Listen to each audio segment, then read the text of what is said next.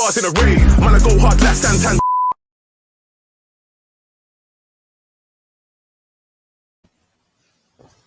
Welcome. This is a late one for us tonight. For those who are listening live from Touchline Hotspur underneath the Touchline Fracas banner in association with NSO. I'll be a host tonight, X-Pac, flanked by my co-host Scott Hall, who was at the game tonight and I believe may have even stayed for the full game. How you doing, man? I did stay for the full game. I'm doing very well. There is a bit of a breakdown for this game today, and there's probably I could probably name 4 players now because I think this is the first game. Yeah, this is the first game I've gone to live this season. It's probably 4 players I never want to see again. And we'll definitely get into it. Before we carry on as well, do you remember where the team we played from tonight is from? No, but I'm going to assume this is a big assumption. Ukraine. Oh, that wouldn't be a bad guess. Slovenia. But yeah, played a team from Slovenia. What a competition we're in. But yeah, but we'll get into it because unfortunately we've got to break down the game which happened at the weekend, which pretty much took all of our flags down to half-mast. And we obviously had the North London derby on the weekend. To start it off, it was a funny lineup. Like, it was one of those lineups where straight away it unified the fan base, which has been a rare thing in the past 18 months, 2 years. It unified the fan base because everybody could tell it was going to be a disaster, especially in midfield. Like, we obviously lined up with our usual suspects as the kind of back 5. Like, we went with Lloris. Tanganga came in at right back as suspected. We then decided to go with Dele and Sanchez purely because they got us clean sheets earlier on in the season, Reguilon, and then get to the midfield. And for whatever reason, Nuno decided for the first time this season to play Højbjerg at the base of midfield on his own, with Ndombele in a deeper position, even though some could argue he's probably not match fit yet, with Dele as the spearhead of the midfield, aimed to be the creative hub of the team. Then the front 3 of NS Mura, Kane and Son. And honestly, I don't know where to start. I guess you could say 11, 12 minutes in, when Arsenal scored their first goal. And you could even start before that because the warning signs were there from the start. Like, we went in with a game plan which looked like we were going to push the fullbacks up ridiculously high, which kind of aims to be a front-footed approach from Nuno. Like, I think that's what he attempted. But again, like, there was no ball retention in midfield. There was no aim or plan to recover the ball if we lost it, because we had we deployed some long ball tactic into Kane. So we decided to. I'm not even sure if this was by design or the players may have even gone rogue. But all of the midfielders aim to, I guess, try and get on the flick-ons of these long balls to Kane. But really and truly, like, Kane's had some valid criticism so far this season, but the long balls into him were so poor. They were so poor. He couldn't even get it into his chest or lower for him to be able to trap it down. We were hitting up aimless balls to him, which resulted in Harry Kane subsequently losing duels with Ben White privilege of all people. So yeah, really and truly, the game plan was dead from the start. We obviously got countered numerous times, even before the first goal, but yeah, fair play to them. Like, they countered us really well. Partey in that first half, even though he came under a bit of pressure, like, he was able to play out with Xhaka. Odegaard got things going. ESR, fair play to him as well. Like, he's been more decisive in North London derbies than Mesut Ozil ever was as a number 10. So yeah, fair play for that. Him hit us on the break with 3 quick goals. All of which quite similar. With no runners in midfield to recover, it was very, very easy for them. And we found ourselves 2-0 down, and there was a quite telling action which kind of summed up our first half for the third goal, where we actually got the ball into Kane. Poor action for him to lose the ball. I think he went to dribble, right? And he pretty much fell over the ball, and then obviously Arsenal countered us. No, fair play, like the action was poor, but if an attacker loses the ball in the final third, that's not the craziest thing to happen. But there's a lot that has to happen between that action and an opposition team scoring. And really and truly, Kane being like the furthest one back other than the defenders was so telling and poor. Højbjerg and Ndombele, both poor. Kane actually got a bit unlucky with his last-ditch tackle on Saka, but yeah, he managed to put it away for 3-0. And yeah, really and truly, that summed up the first half for me. I don't know how much of the game you watched, Yao, but I guess you probably turned it off after maybe 5 minutes, 6 minutes. Sunday was a difficult day for me. Mm-hmm. Very busy day, so I think I tuned in just before Arsenal scored the first goal, stuck around for the second goal, switched off. I saw the highlights of all the goals. What I would say is, for the time that I did watch, the thing that I found most fearful is I saw the lineup, and the first thing I thought is the perception of Ali needs to die. Like, he's not good. He's done. And I know people will be like, oh, but he could be like Jay Links. He could go West Ham and research. He's done. He's cooked. Yeah, there's none of this. He's going to go somewhere and research. The guy is finished. There's no reason. He's not even the most creative player in our team. So why would you put him in the most creative role? It just doesn't make sense. The 10 role, you have to be capable of passing the ball between lines extremely well. And that's what makes a number 10 stand out, or the best number 10 stand out. And if you can't do that, you have to be capable of dribbling past players. Ali's not a good dribbler. He's never been a good dribbler. What he's capable of doing is possibly nutmegging you, but he's not a good dribbler. So he's neither of the two that we need him to be. He's not good in tight spaces, and he's not good in tight pockets. So why put him in a 10? Didn't make sense. To have Højbjerg, and I'm going to make this very clear, and a lot of fans are probably going to turn against me. I'm completely off the Højbjerg train now. Yeah, that guy's done out. Yeah, I'm not interested in Højbjerg. Yeah, I'm not interested in Højbjerg one bit. It would have made more sense, despite the fact that I've just cussed Højbjerg. It would have made more sense if we played Skip, Højbjerg, and then Dele. That would have made sense to me. That would have made more sense to me. Not saying that it would have changed the result, but it would have made more sense to me. I think the most frightening thing about the North London derby, despite our poor record at the Emirates, despite our poor record against Arsenal, and not just Arsenal, it seems to be when we're away to teams like Arsenal, Liverpool, Chelsea. We've got a better record recently in the years against United, and we've got across the time period, we've probably had a decent record against City.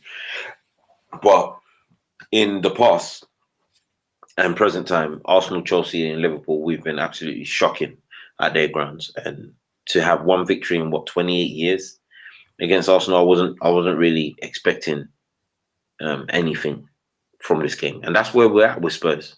That's what's most infuriating and most annoying about this derby defeat, is you got a manager who was given Serie A's voted best defender is on the bench.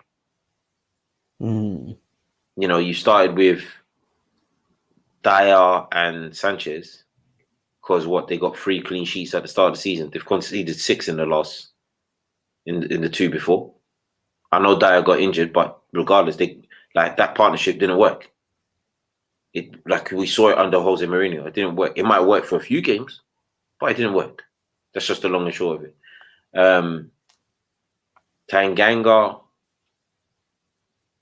and this is going to sound harsh on Tanganga, he's got the potential to have good games, but he can't be the starting right back. Like he can't be the starting anything. To be fair, I'd just rather him come off the bench and be an additional help when need be. I don't really want to see him starting. I don't think position wise, he's got that side of his game done. Playing Højbjerg in a single pivot needs to never happen again. Never again can that guy ever play the single pivot. There was a screenshot that I saw from the North London derby, and the space. There was many screenshots. There was many, and it didn't even need the Monday Night Football analysis to even touch upon this, because everyone was saying it immediately, even during the game and immediately after. Everyone was just, there was multiple like screenshots and screenshots of the space in that midfield in that first half. Man, it was ridiculous. It was dire. And then the thing is, I know Arsenal fans have really like enjoyed themselves this week, and so they should. You know, they won a North London derby against the rivals. Why would you not enjoy yourself? But I've heard a lot of Arsenal fans come out and be like, "Oh yeah, we turned the tide. Boom, boom, boom. We look like we're going forward." Spurs played crap, extremely crap. And in the highlights I saw, we had like 3, maybe 4 chances that could have easily gone in. That is not good. And the reason I say that for Arsenal fans is, and I'll make this very, very easy comparison. The way they beat us and we still created or had chances to score, is how we had won our first 3 games. The only difference is they scored more. That's it. Our first 3 games were exactly the same. We scored, we didn't concede, but we gave up so many chances to our opponents, so many, and that's basically what Arsenal did. But what's frightening with us is I couldn't tell you what our play is. I can't tell you what we look like. I could tell you what we look like under Jose. Whether people liked it or not. And I know people would be like, "Oh, but we're sitting back and we're carrying with Nuno." No, we're not. we had like four attacking players literally in their half and no midfield. So you can't tell me that's sitting back, because you wouldn't have your attackers that far up. Yeah. Like, I couldn't tell you what our style of play is. I couldn't tell you what our team's doing. And I can't tell you what the worst player in our team is capable of. So it's very frightening, especially after such a horrible defeat to our rivals. Yeah, especially when the game plan's improvised, literally on a game-by-game basis. Like, he tried something new with just to try and facilitate Ali. Again, like in the first half, like him and Lucas Moura seemed to just interchange on that right-hand side, which I don't think helped Tanganga. I thought it was quite harsh he got hooked, because I didn't think Emerson really offered something which Tanganga wouldn't have been able to do. Although there was a time, there was an action in that first half where Tierney absolutely cooked him for pace, and I didn't think I'd see that. And that's really and truly when I knew it was going to be a bad game, because that happened in the first 5 minutes. But yeah, like the thought process behind that, I think, was, I guess, to have Lucas Moura as a pressing 10, which works quite well at the back end of last season under Mourinho. Obviously, he can't be that productive on the ball, but to try and counter press, it has shown to have some success. Yeah, some small relative success, you could say. And you had Dele just there on the right, trying to get in the box.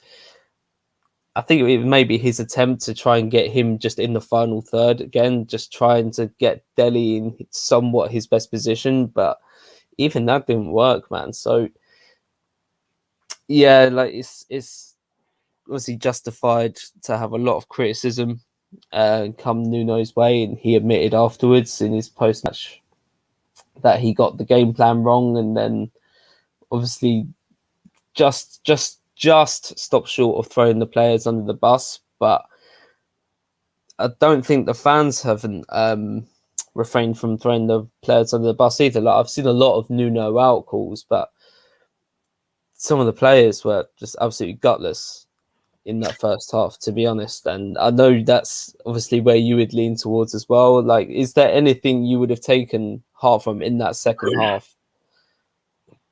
Even though obviously Arsenal were in second gear, don't get me wrong. Like, I'm under no illusions that Arsenal were in second gear in that second half. But yeah, it's the absolute end of him. I think the most frightening thing about this is I don't. There should never, if there's ever going to be a game in the season where the manager does not need to rile you up, get you involved, get you focused for, it should be the biggest game on the calendar for your club, which is going to be your rival game. It doesn't matter what club you support, whoever your actual out and out rivals are, that's the biggest game on the calendar. It always is. Man United, Liverpool, biggest game on the calendar. United fans, true United fans, don't consider City to be their true rivals. It's going to be Liverpool. So that's the biggest game on the calendar. Go ask any United fans, they'll tell you that. Spurs, Arsenal, North London derby. Chelsea, Fulham, because that is their true derby. Yeah, you go ask Fulham fans, they'll be like, Chelsea, that's our rival. That's who if we have them in the league, that's who we want to be. That's who we want to do over. So the fans are going to be up for it. I can't understand how you've signed for Tottenham, you wear the Tottenham shirt, and what does the manager have to do? Remind you that you're facing your club's biggest rivals? I didn't care. Like, that kind of performance, you don't deserve to wear the shirt. You don't deserve to be paid. Like, if this is what I mean by, like, the most infuriating thing about football nowadays is you have that kind of performance and you're still going to get 100,000 for that week of work. Whereas somebody could go into their office and pay and perform that horribly, yeah, as anybody else, and be on the verge of losing their job the following day. That's how bad of a performance that was. So my thing is, all right, cool. You want to do that? Like, I saw what Toby Alderweireld had to say today, saying that he feels like Daniel Levy gives 100%. I think Daniel Levy, I think personally, Daniel Levy is a cancer to the club. Honestly, I absolutely detest this guy. But at the same time, if he does give 100% to the club, if that saying is true, he should have fined every single one of them players. Should have fined them. Learn either one way or learn the hard way. That's my whole ethos. Like, if that kind of performance was so bad, if I was the chairman, I'd be like, there's no way, you can call your lawyers, there's no way you're getting paid this week. Impossible. I couldn't care if you got mortgage payments to make, you're not getting paid this week. Take it up with me next week and if you continue these performances, I'll just keep finding you every single week. Facts. Like, I've got no time for this. You mean to tell me we're trying to put seats on bums? We're trying to bring big stuff to Tottenham. We're trying to make Tottenham glamorous. We're trying to make Tottenham the biggest club in England, and you're the bums that are representing us.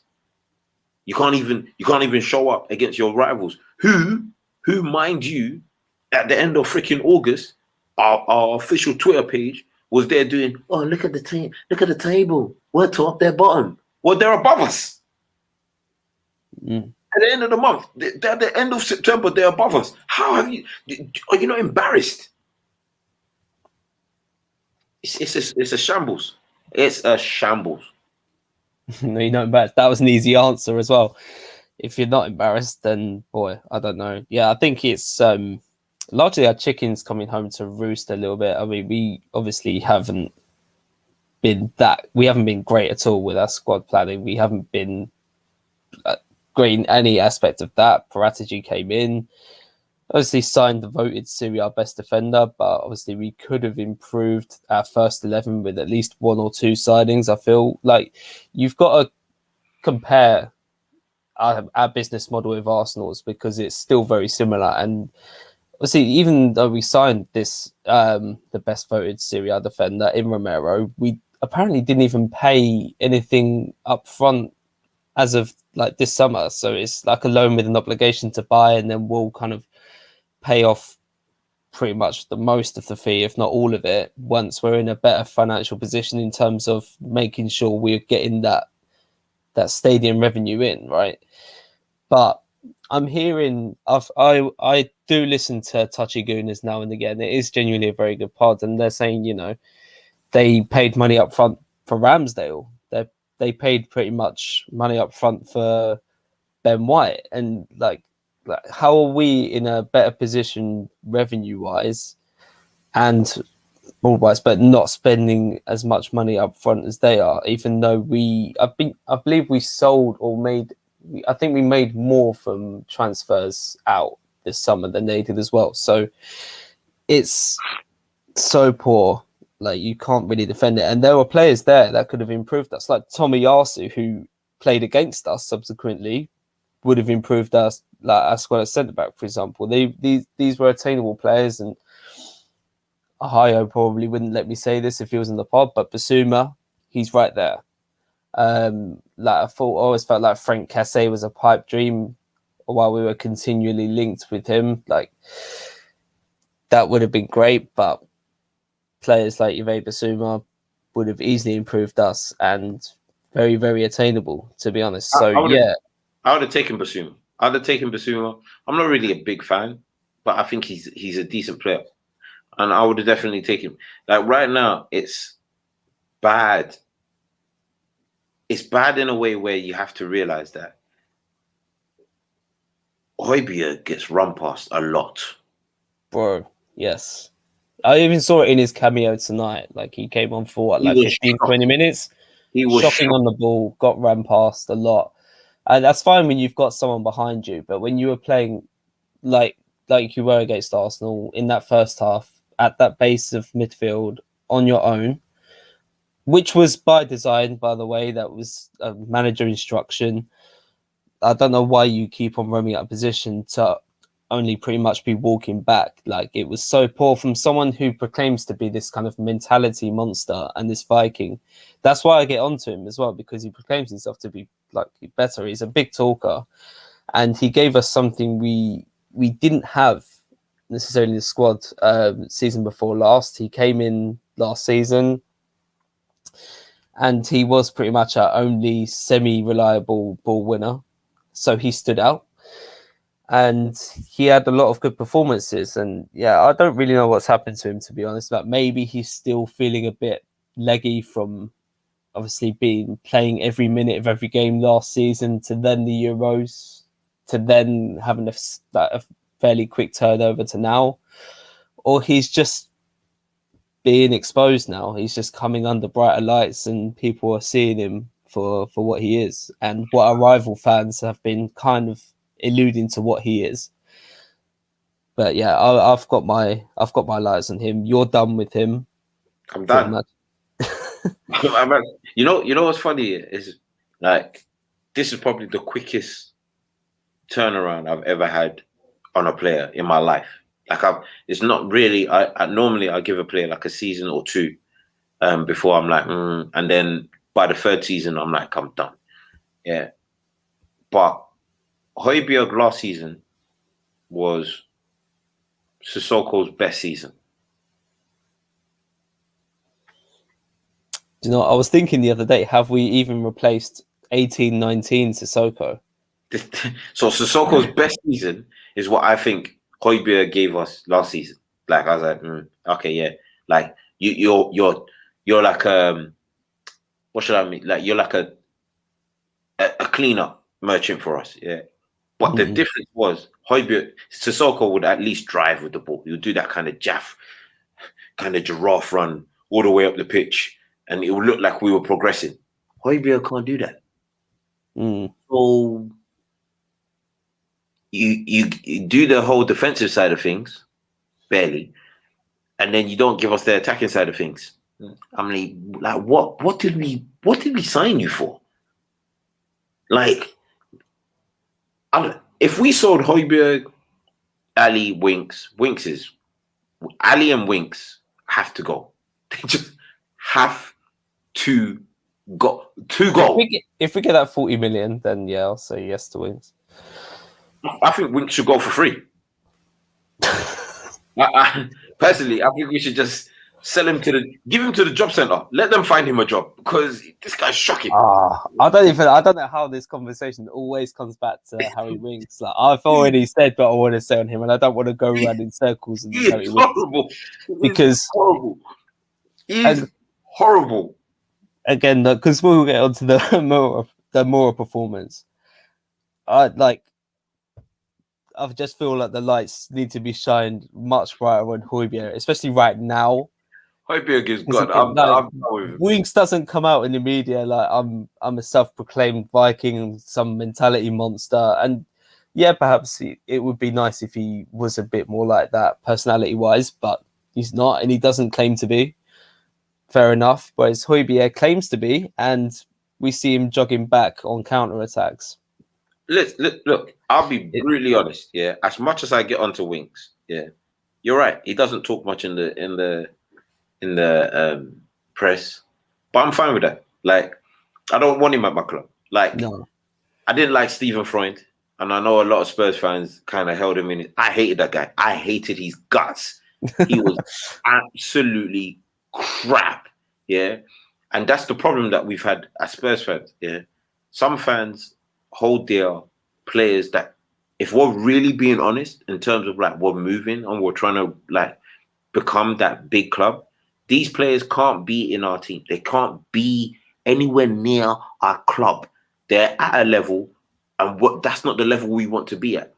When we were rebuilding in the early 2000s, we had a old Edgar Davids, but he came in with experience. Yeah, and when the big games, he showed that experience. Cool. We had a young Michael Carrick. I'm so hurt that he didn't stay for longer, but you could already see the talent. And he was like, all right, cool, we're building something here. We had a younger Robbie Keane, and he had these legs and he could give us some really good games. We had a Mido that gave us one good season, but then became, went chicken and got too big and obviously ruined himself. We had a young Defoe. We had good youngsters, but people that could, okay, there's something really. So the problem with Spurs in those early 2000s is defensively, we didn't have a set back four, but attacking wise, we could give any team in the league a run for their money. Hence why we finished back-to-back seasons fifth comfortably, or we challenged for fourth. Like we were doing it consistently.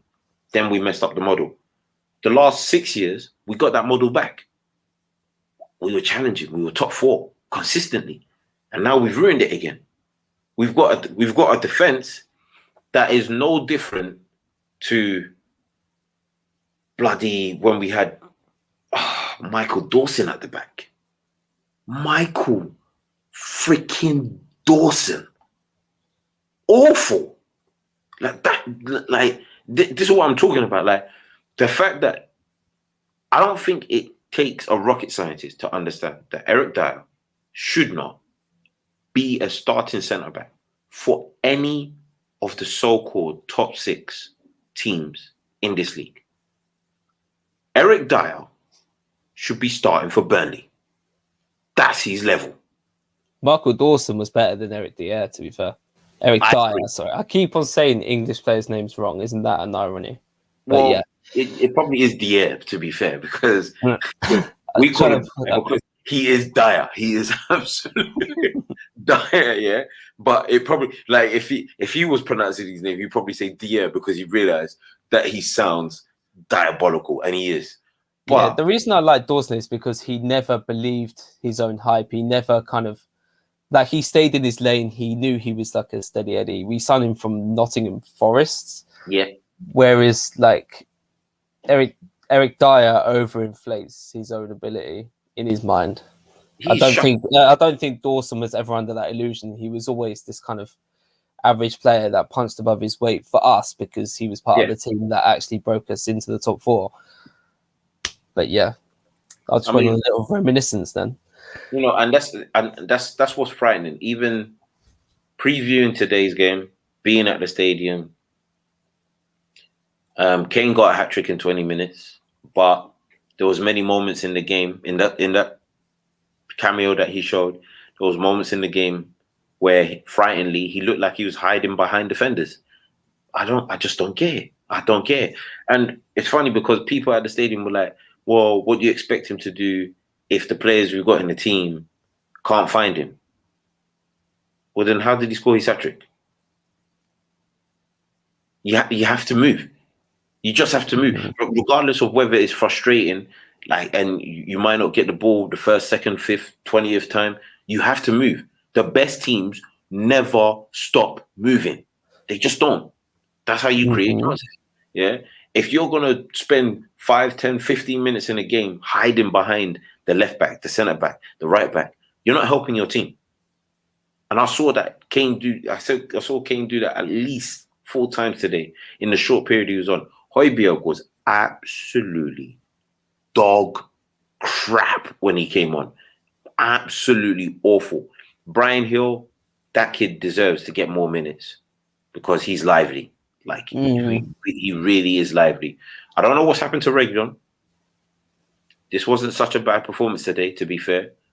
But Reguilon he's on watch. Yeah, I've given him his notice. He's at the top of the stairs. And you know what happens when you're at the top of the stairs? It can only mean one thing. It can only mean one thing. So Reguilon he's on watch. He's on watch right now. Agenda is up. And he could get his notice. He could get that come on down. It's pending. It is pending for him. So he has to be careful. He's one. For sure.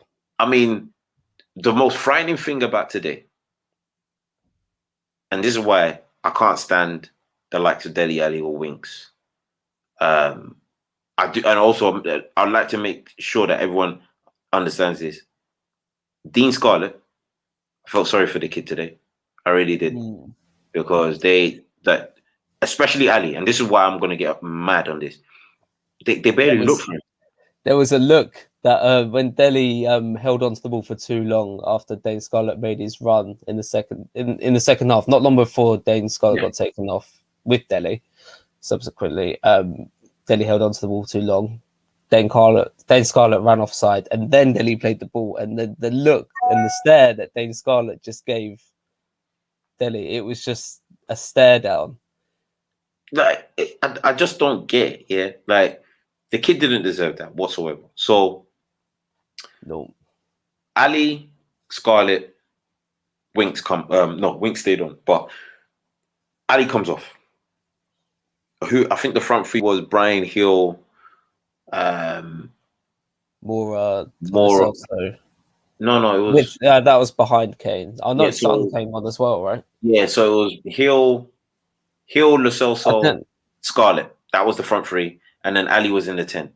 Ali comes off, Hill comes off, Scarlett comes off, Mura, Kane, Son come on, Lo Celso goes into the 10. Yeah. Now, the moment these three came on, the game was over for that team. It was done. They didn't stand a chance. And the most frightening thing is, you mean to tell me we took Ali off, and in 20 minutes of action, 20 to 30 minutes of action, the team looked more lively, more potent, more vibrant with him off the pitch in that short period against this crap team than when he was on for 70 minutes. I never want to see Ali again. Never again do I want to see this guy play for Tottenham Hotspurs. Never. 70 minutes against a team I've never, and the words never in capitals need to be inflated. Never in my life have I ever heard or seen this team. 70 minutes. You all looked good for 10. Wow. That was my conclusion from, I guess, that was pretty much the one positive that I took from the second half of the Arsenal game, even though, again, Arsenal second gear, but Nuno deciding to hook Dele off at halftime shows that he's got an inkling now that he knows he just can't carry on playing him. And then you've got the game tonight after hooking him on the weekend, where his boots looked like they were sponsored by a type of concrete contractor, probably, because like he misplaced easy passes again. His first touch ended up being passes a couple of times, and again he's holding on to the ball for too long, even though there's movement in front of him from players like Hill, from Dane Scarlett especially. So yeah, that was my conclusion from that, and that kind of like moves on to kind of my other point, because the North London derby prompted a lot of strong reaction, rightly so. The Tottenham Hotspur Supporters Trust called a meeting with the board to kind of outline and kind of re-establish what the plan is for the club and their DNA going forward for the short term and the long term, because it does seem somewhat in a bit of disarray. There was articles and stuff from the Athletics saying there's players are unhappy with Nuno and his game plans, his training methods, and again, like, even if the links may not even have been true some of the time, that these articles and these links have come out so often now that it's quite damning on the players, to be honest, and absolutely stings.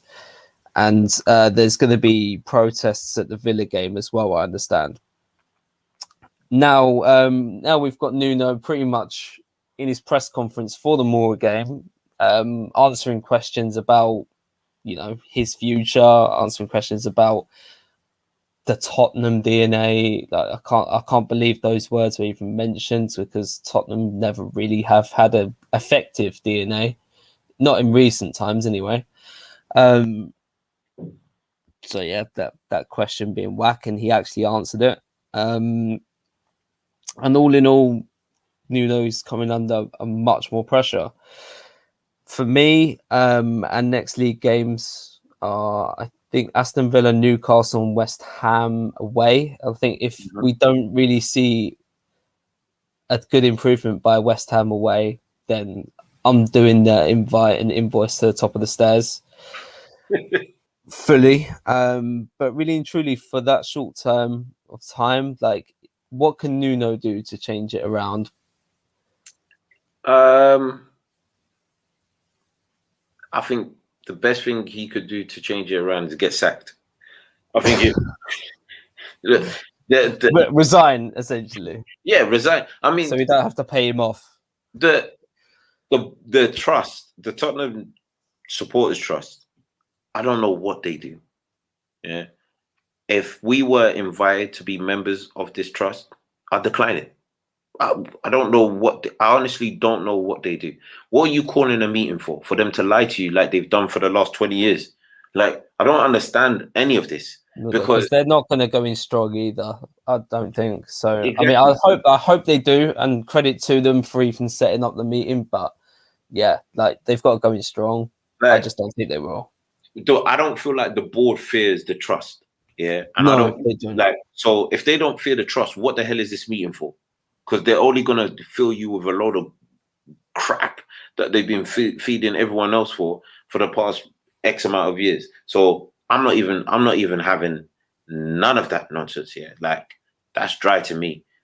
Like, what makes me laugh even more is that we're supposed to be having Villa's next, and apparently there's meant to be a protest before the Villa game.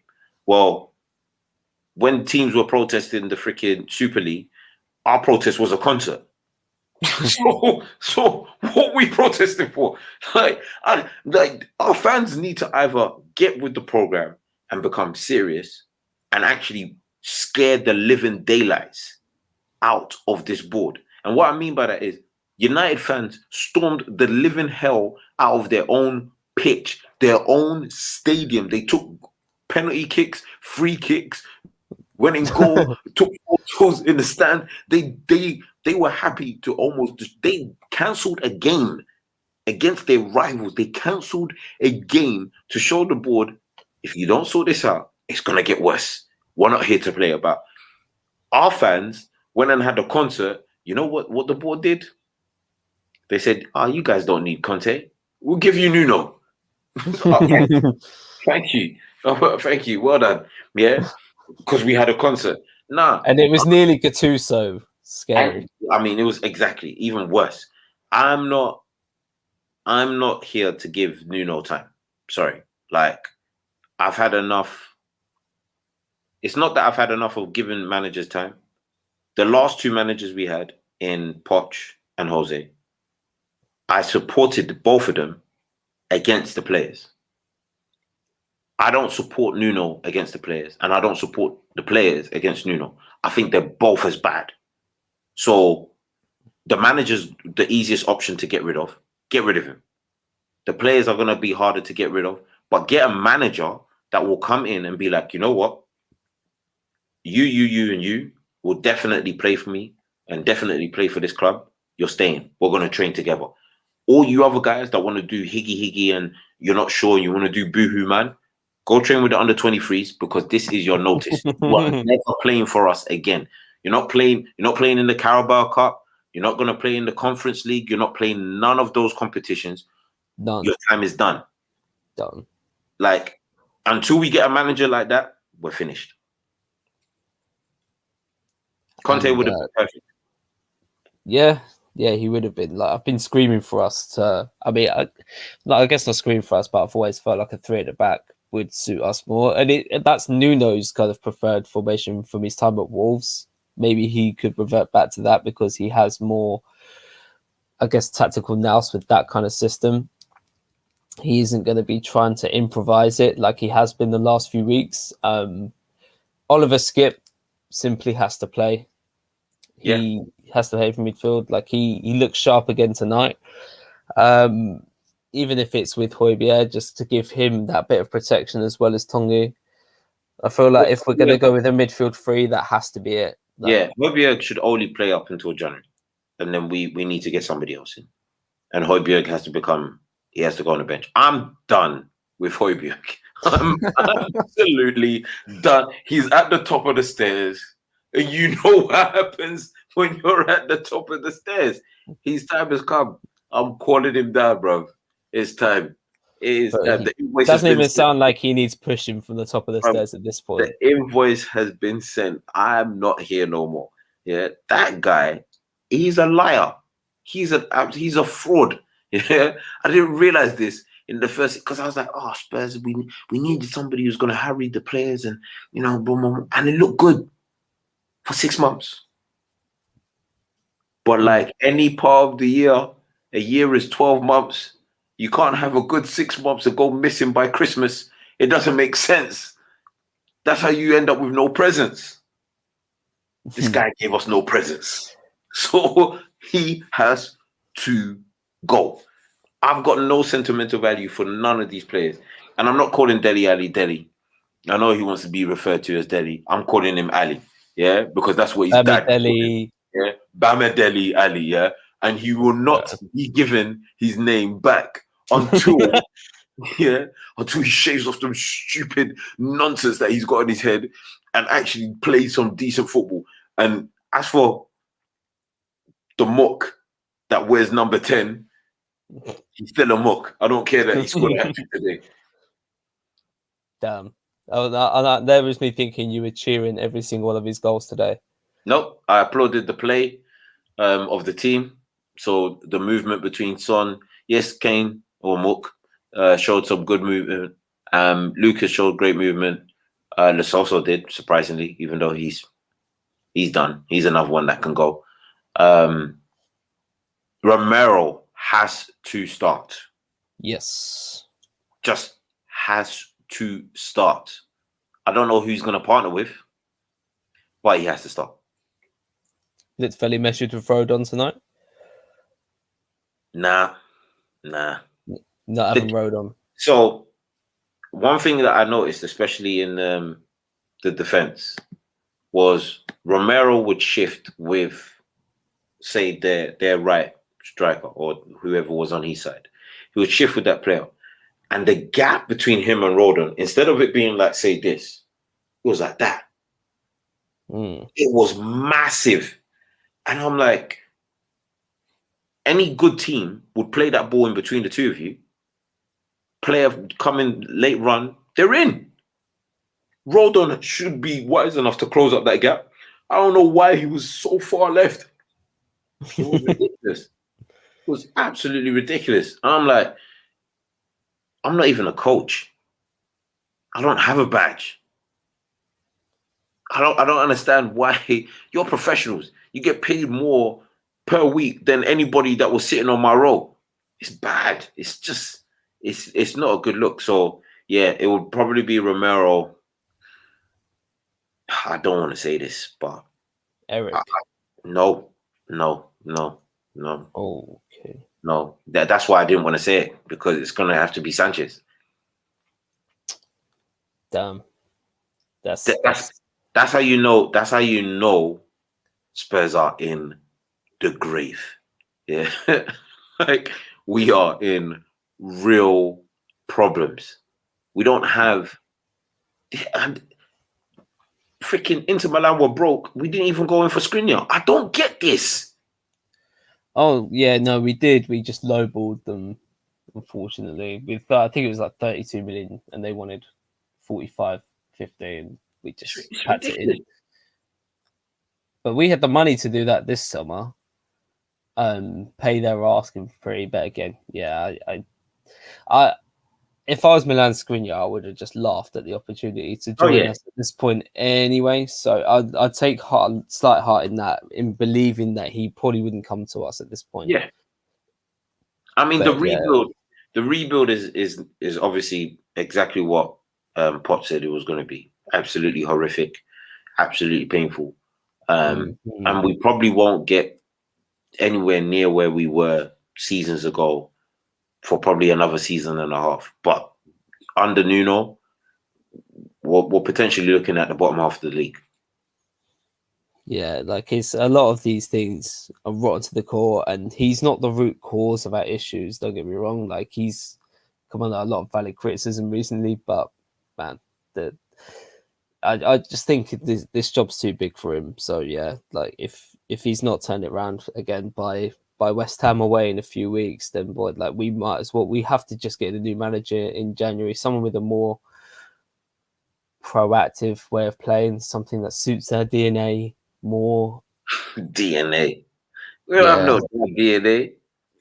We don't have no. I have my football aesthetic, and I would like a coach to come in, if he hasn't improved it, that would suit that aesthetic, and that's at least some kind of progressive play that suits the players we currently have. Because either, like, if you're going to hire a manager like Nuno, which we have to more or less overhaul the squad quickly, because again, like, I feel like the only player that can effectively play his way, especially going forward, is Heung-min Son. Like I alluded to it in another pod. And then back onto Højbjerg quickly, because I don't want to be too harsh on him, even though he was terrible tonight. He was terrible against Arsenal. But I still feel like with Skip, not even him being, even though he gets dribbled past a lot, he's still a very good interceptor. He's still a good tackler in 1v1 situations. And he, even though he proclaims to be this like leader who leads all Vikings of men, etc., that's not quite the case. But at the same time, he's still a better leader than 99% of our squad, unfortunately. Because I mean, Hugo Lloris has shown like he's actually impressed me. He's led by example more recently. Yeah, he's quite vocal. Harry Kane, not a leader. Never has. None of our defenders are a lead. None of them are leaders. Eric Dyer tries to be. Eric Dyer couldn't even lead his own brother in avenging him from being abused by fans. He ran up, couldn't find a player. So Eric Dyer is useless. Yeah, just my conclusion on Højbjerg. Like I feel like we can still get a tune out of him as long as we're protecting him with another midfielder like Skip, who can cover a lot of big spaces and be a defensive presence off the ball. as well as on it, and yeah, he just needs to pattern up. Essentially, I 'cause think he we did go. show us like you said, he did show us a good first 6 months. Yeah, but I think we go. See, this is the thing with Spurs that's more infuriating. There shouldn't be a fear to go big. So Højbjerg, he doesn't feel challenged. He thinks this is the problem with Spurs. A lot of the players that are in the first team probably don't feel challenged. Don't feel like, raw. If I have a bad game, I'm gonna miss a game or miss a month or miss 2 months. They don't really think that. Yeah, they think, if I have a bad game, I'll be back next week, minor. Yeah. January's coming around. Go big. Freaking City went and got Aguero in January. Did they? Yeah, the year that Aguero came, they got him in January for 38 million. Like this, it's that kind of attitude that I'm talking about that Spurs have lacked for so many years. Like, go big, go in January. Oh, Kessie, go get him. United got Bruno in January. Correct. Yeah, like these kind of stuff. Like, if you're not gonna I know people say, "Oh yeah, but it's hard to do transfers in January." All right, yeah, that's fine. Yeah, cool. I'm not gonna sit here and say it's easy. It clearly isn't easy. But if you're not willing to go big in that month, in which we need the club to go big, we're gonna struggle. You can't have Højbjerg as one of your main. Skip is a different story because you can tell Skip is one of those. How should I put it? He's young enough now. He's like what, 20, 21? So he's young where he's going to give you the very best he can do. Because he knows his position isn't safe. Yeah, he knows, he definitely knows it's not safe. So he's going to give you even his bad game, he's still gonna try and give you his very best. Cool. We can live with that. Højbjerg's best game this season has been what? I couldn't tell you. This season. This season. What game stood out where you're like, that's a great performance? I think he had a good performance. I think it was at home to Watford where he had a few good progressive passes off the ball, average, but we had most of possession. He was, I'd say, a strong 6-7 in that game. Other than that, I couldn't give you a good answer to your question. You get a 6 for just kicking off. You get a 6 for just actually being on the pitch.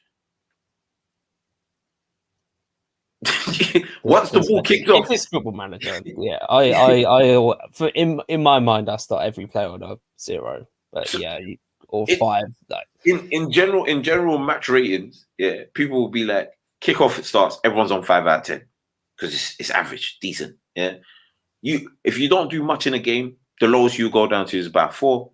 If you do a little bit in a game, you'll go up to about 6. So you don't really change much. Yeah, but if, for argument's sake, you have an absolute stinker, you could drop below a 4. So you could get a 3 or 2. That's bad. Yeah. But let's say you score or you're pivotal in the moment that led to your team winning, you could get a 7. That's a good performance. Højbjerg getting a 6 against Watford, who are likely to possibly go right back down this season, it's not a good look. It's just not a good look. Like, he owes us money. That's the way I look at it. That 15 million, whatever it was, Højbjerg should be paying us right back because we've had to sit down and watch this malarkey that he's given to us over the last 6 to 8 months. Absolutely horrible. And I know people are going to say, "Oh, but he had the great Euros." I wasn't impressed. That's fair. That's fair, and I definitely agree with your point. I said we need to attack the January window if possible. I guess the only issue is like if we go for a Fracas, like that I think it would be fairly attainable depending where Milan are in the table. I think if they're top of the league, he's probably not going to want to join straight away, but he's not signed a new contract with them. I guess the only problem with signing someone like Fracas or Bissouma is Kesse is going to be likely away with the Ivory Coast and the Africa Cup of Nations around that time. So That's fine. We can survive.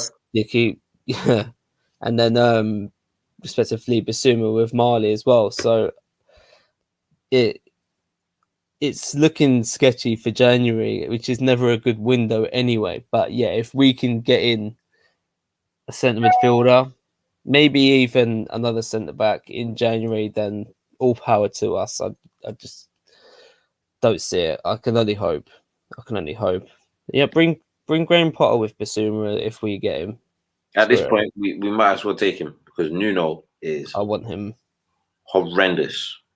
Nuno is not. Sorry, I'm like, I know people be like, it's too early. He might turn it around. All of this jazz. I don't give a damn if he turns it around. This guy has to go. Damn. He just, and I've never, not in all my life of being a Spurs fan, I've never turned on a manager this quickly. Never. No, you were even still a supporter of Mourinho until like his very last weeks. So yeah, like even with Poch, when it went horribly sour with Poch, I was like, it's the players.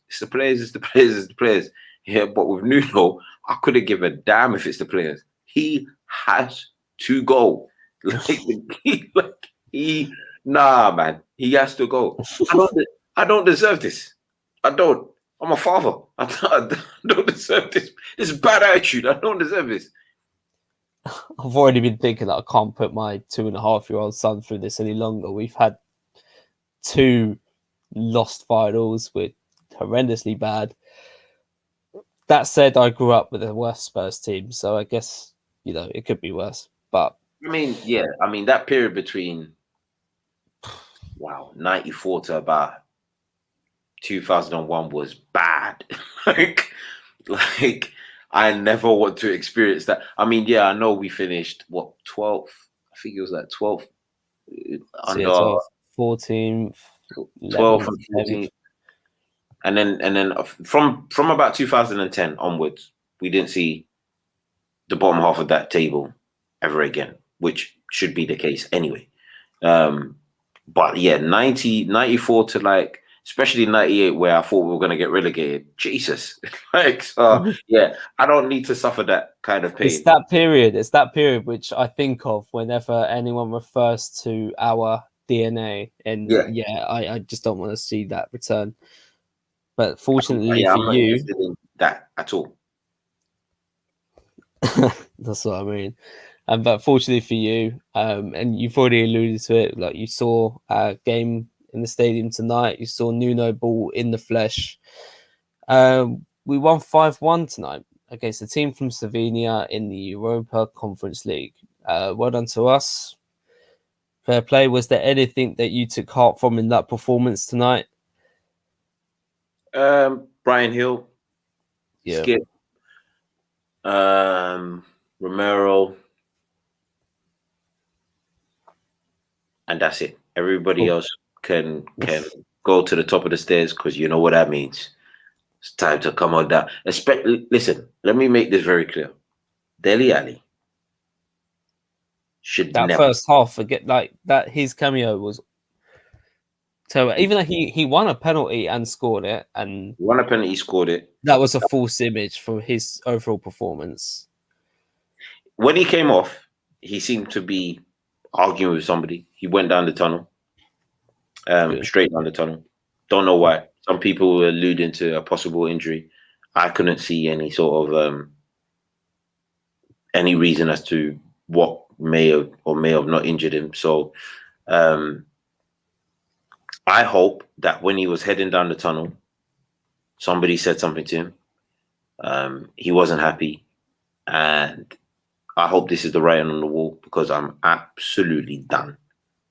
He has to go from yesterday. He should have gone from yesterday. He shouldn't even be around now. So I can't wait. The day that I see breaking news on Sky Sports News, and Dele Alli's been sold to the team we just faced today, because as far as I'm concerned, that's his level. That's where he should go. He should go to Slovenia. Yeah, because that's his level. The Premier League is no longer his level. Or go down to freaking League Two and play for Morecambe or Fleetwood Mac. I couldn't care whoever you play for. Don't play for my club ever again. Like, I'm done. Boohoo Man Slovenia edition. Yeah, bro. I'm Dropping absolutely this done winter. with him. He is shocking. He's finished. I've never seen a player decline this fast. Never. Yeah, it's scary because he's only 25 now as Doesn't well. look it. I see him. He might even be 24 still, but I believe he's 25. And yeah, it's crazy how much he's declined. Like he even alludes to obviously not taking his opportunities how he should, taking his position at Spurs for granted.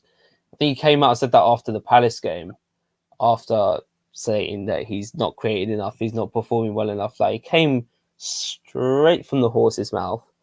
Yet Nuno keeps on starting him. Yeah, I think he needs to find his feet. He at least, at the very, very least, needs to go out on loan somewhere else in January because he cannot play. I don't And even want to it's see been him out sad alone. because I want him sold completely.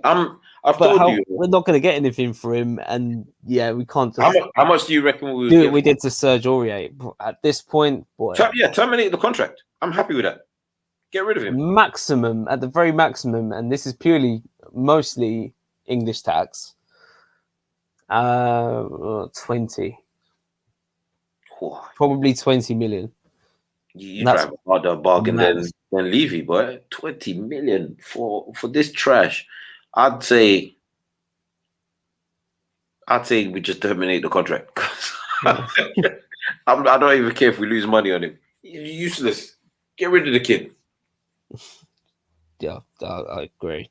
I can't even argue for him anymore. Like, obviously, I was a bit more of an optimist for him. I was open to him at least regaining his fitness back and trusting his body again, because he did have back hamstring injuries and looked pretty decent in certain cameos, especially under Mourinho's first few months as manager. So yeah, like obviously Dele's like best attribute was his positional game, his intensity, and to be able to essentially cover and be in all areas of the pitch that he needed to be. He was a pressing monster, and he's completely lost that. Even though he's stats-wise putting in the kilometers, he's doing at least 10, 11 a game, I think. But yeah, that intensity's not there at all. I put out a tongue-in-cheek tweet during the game against Mura, pretty much outlining what I thought were the positives for it, and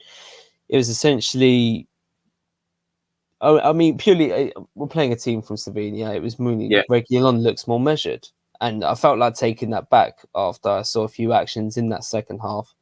But I felt like he had a pretty measured first half. Romero got minutes. Oliver Skip coming out of his shell even more. He looks really, really good. Kane ran in behind to score. That's just something that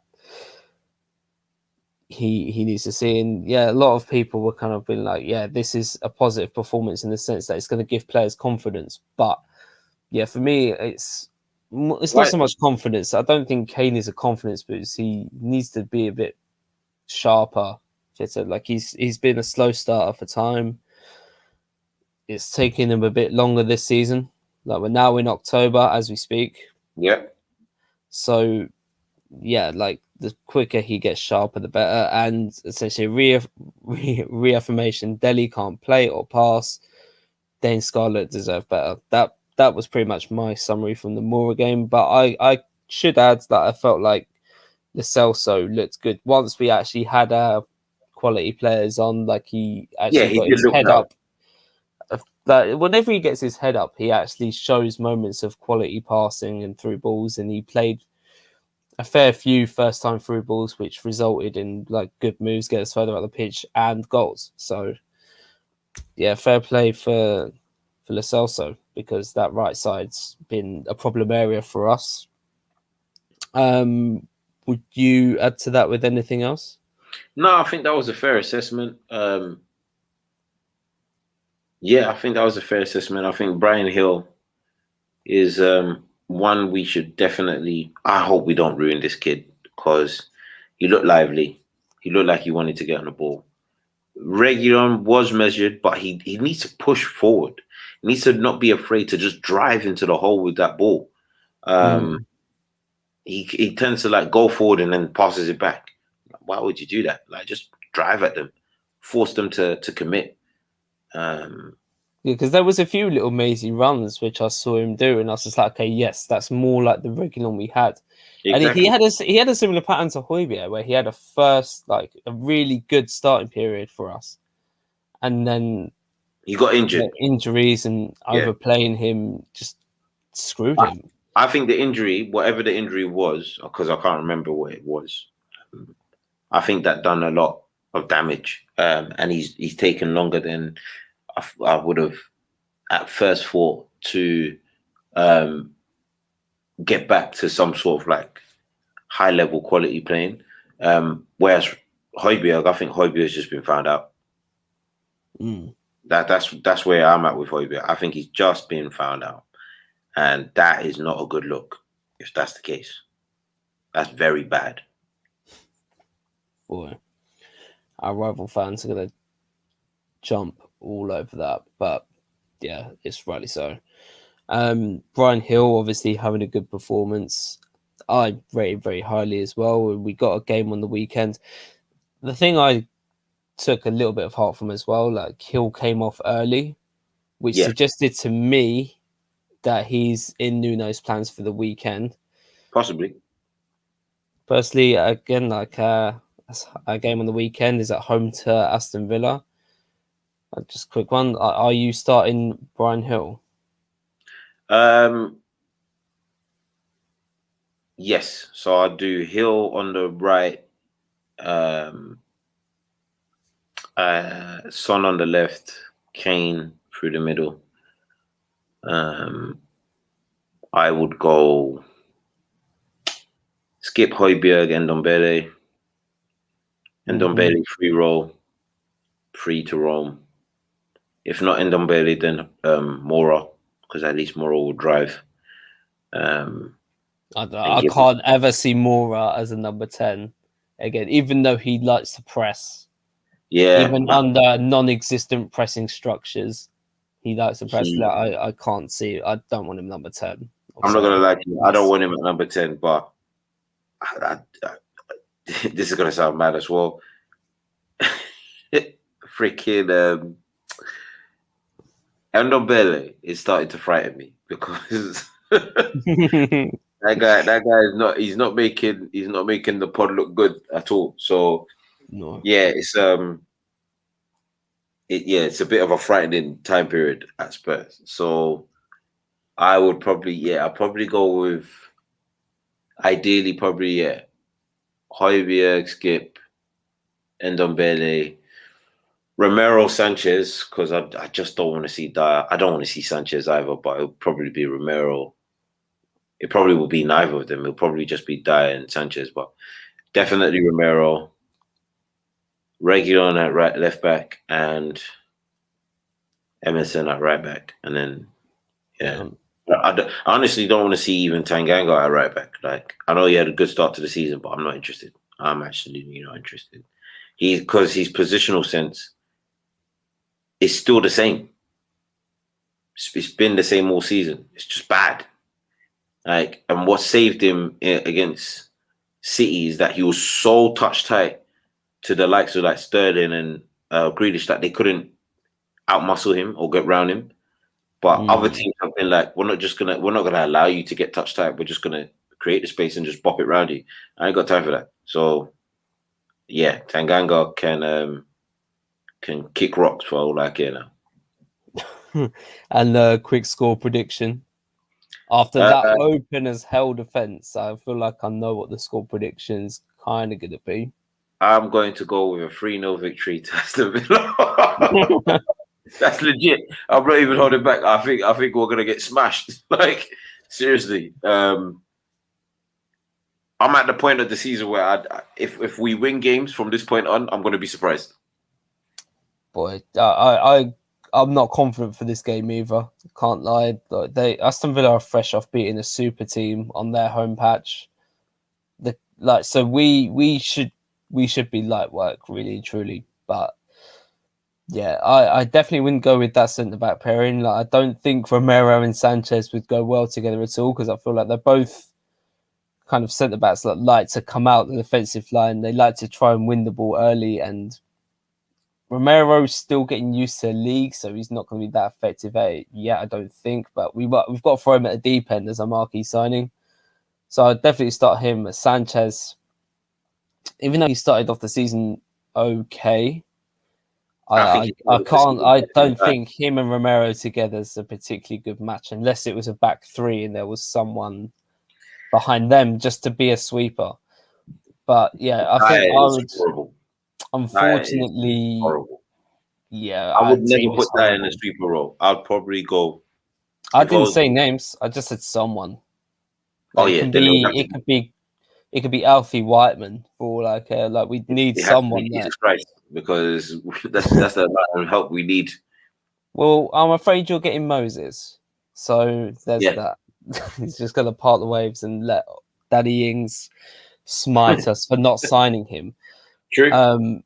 But yeah, I would go Romero and Dyer. Unfortunately, I feel like that's just a better match. At least the distances between the two centre backs might be a bit better, because Dyer needs that protection and he loves trying to tell people what to do. If not, I might even go with Joe Rodon and Romero again, but just for trying it out's sake, because neither Dyer, neither Sanchez is working. Right back, I don't know. I actually don't know. I guess I'll start Emerson, because again, like, he's second, I guess, marquee signing. Yeah, we have to throw him in at a deep end, and he's impressed me defensively. Like, on paper, it seems like him and Regular would be two attacking fullbacks and would leave us open. But even though Emerson doesn't necessarily take people on going forward, hopefully he comes out of his shell in that respect. Positionally, he's like commands the line quite well. I feel like he's always, like, his positional game is very good. He always seems to be able to recover ground if he's slightly out of position. Yeah, he's athletically very fast, and defensively, I think defensively he looks pretty solid, and that's pretty much what we need right now if we're gonna try and protect our defense in any way, shape, or form. Reguilon pretty much picks himself, because Sessegnon, I believe he's still coming back from injury, and Ben Davis is Ben Davis.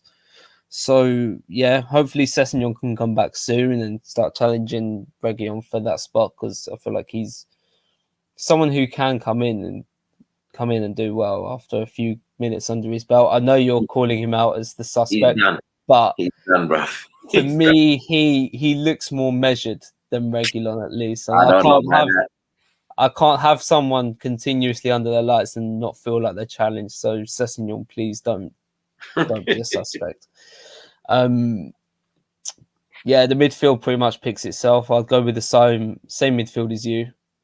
I'd say midfield as I think the fan base are united again in what the midfield probably should be, in Skip, Højbjerg, and Ndombele.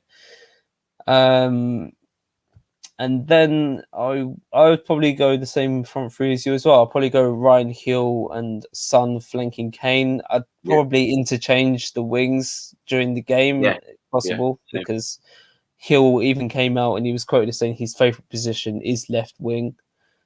Son also plays left wing, but Son is fairly comfortable on the right at times, so interchanging the wings wouldn't be the worst game plan. We can't get any worse than last weekend, obviously, and Kane being up top and hopefully running in behind here and there. If Hill's struggling, I guess I'll bring on the Celso on the right hand side after his good showing in midweek, because that could be a way through the game. He's had good games against Aston Villa before. I think last time he played Aston Villa away, he had a good game, not so much at home. So I'd take heart in that. But I'm not confident of a win. I think Danny Ings is destined to score against us again. Yeah. He's gonna have our centre backs on toast for sure. I'll go with a 2-2 draw Ooh. as my prediction, and I feel that's as confident as it gets for me. But It's quite it's optimistic. going to be an interesting few weeks. How crazy is it to say that that's an optimistic thing, that we have truly fallen as a club? Yeah, definitely. And it's not even the late hours that we're recording this stream right now, which has got me deflated. Like, we're just that bad, and the dynamic of the club is in the pits once again. But who knows? Who knows? We might even regain this magical Tottenham DNA, which has been spoken about so much a lot since I lost to Arsenal. Too much, man. But yeah, that about wraps it up. I guess we'll me personally, I'll try and make an appearance on the Discord again. Was quite fun last weekend, to be fair, even though we got completely disgraced. But yeah, I'll try and get on the Discord with the boys on Sunday. Check out Tobes' reactions to last game as well. Like, I'm sure it's been very fruitful. I haven't seen it, but I can imagine after leaving the game halfway through on the weekend, it'll be very interesting. Thank you as well for those people who are watching at this late hour. It's 12:30 as we're wrapping up this pod now, so there's still a fair few of you watching, so thank you. And that about wraps it up. Yao, thank you for joining me. No problem. As my lovely measured co-host, as always. Scott Hall and X-Pac of the NSO are out, and please join us again next Thursday and listen in every Saturday morning. Peace. NSO out. Peace.